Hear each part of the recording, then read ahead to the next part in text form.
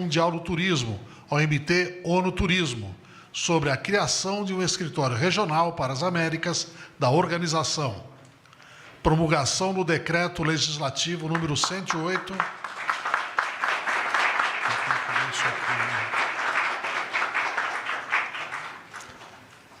Promulgação do Decreto Legislativo número 108, de 11/7/2024, protocolo entre a República Federativa do Brasil e a Organização Mundial do Turismo, OMT ONU, referente à contribuição financeira anual do Brasil à ONU Turismo para o Escritório Regional para as Américas.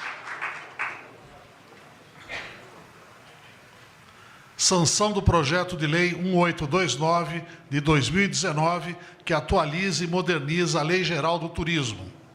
O projeto de lei dispõe sobre os objetivos da Política Nacional do Turismo e do Plano Nacional do Turismo, a composição e os objetivos do Sistema Nacional de Turismo, o Fundo Geral do Turismo, FUNGETUR, o Fundo Nacional de Aviação Civil, FNAC, os prestadores de serviços turísticos e as penalidades e infrações a que estão sujeitos, e os recursos de acessibilidade disponibilizados pelos meios de hospedagem.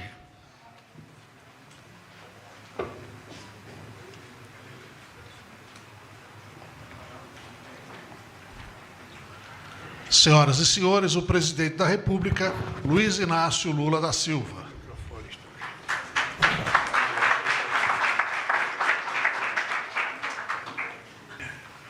Estimado companheiro Arthur Lira, presidente da Câmara dos Deputados, ministro do Estado Silvio Costa Filho de Portos e Aeroportos, Juscelino Filho das Comunicações e Celso Sabino do Turismo,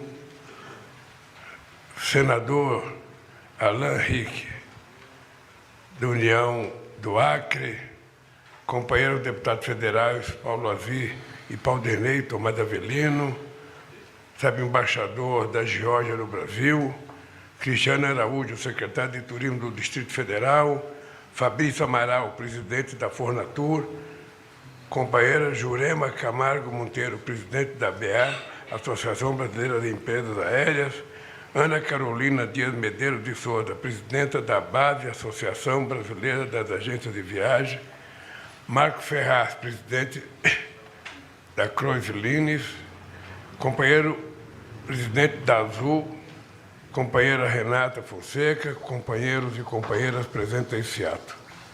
Eu queria começar dizendo para vocês da minha bela surpresa com a tâmara que nasceu no Palácio do Alvorada.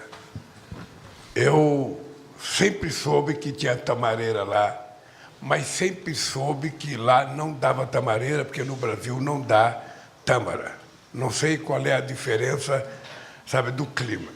Mais recentemente, os Emirados Árabes estão mandando uma empresa para a Bahia e vai tentar plantar tâmara na Bahia em escala, possivelmente para competir com os países árabes. E, por coincidência, hoje eu recebo uma fotografia de que a tamareira improdutiva que tinha no Palácio da Alvorada se tornou produtiva. Isso se chama sorte. Isso se chama-se sorte, porque até o Corinthians ganhou ontem de tanta sorte que eu estou.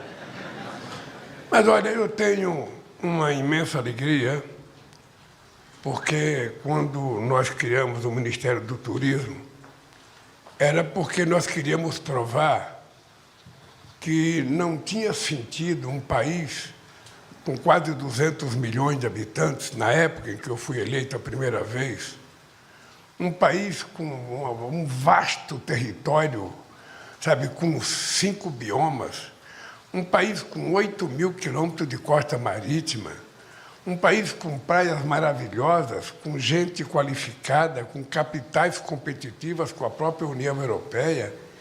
Não era possível que esse país não tivesse um Ministério do Turismo. Não era possível.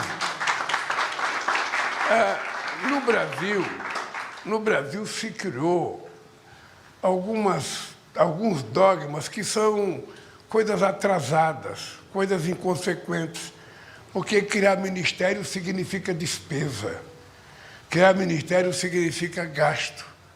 Quando, na verdade, dependendo do ministério que você cria muitas novas oportunidades de gerar recursos para o país, de gerar emprego para os trabalhadores e de gerar ganhos financeiros para os empresários que investem nisso.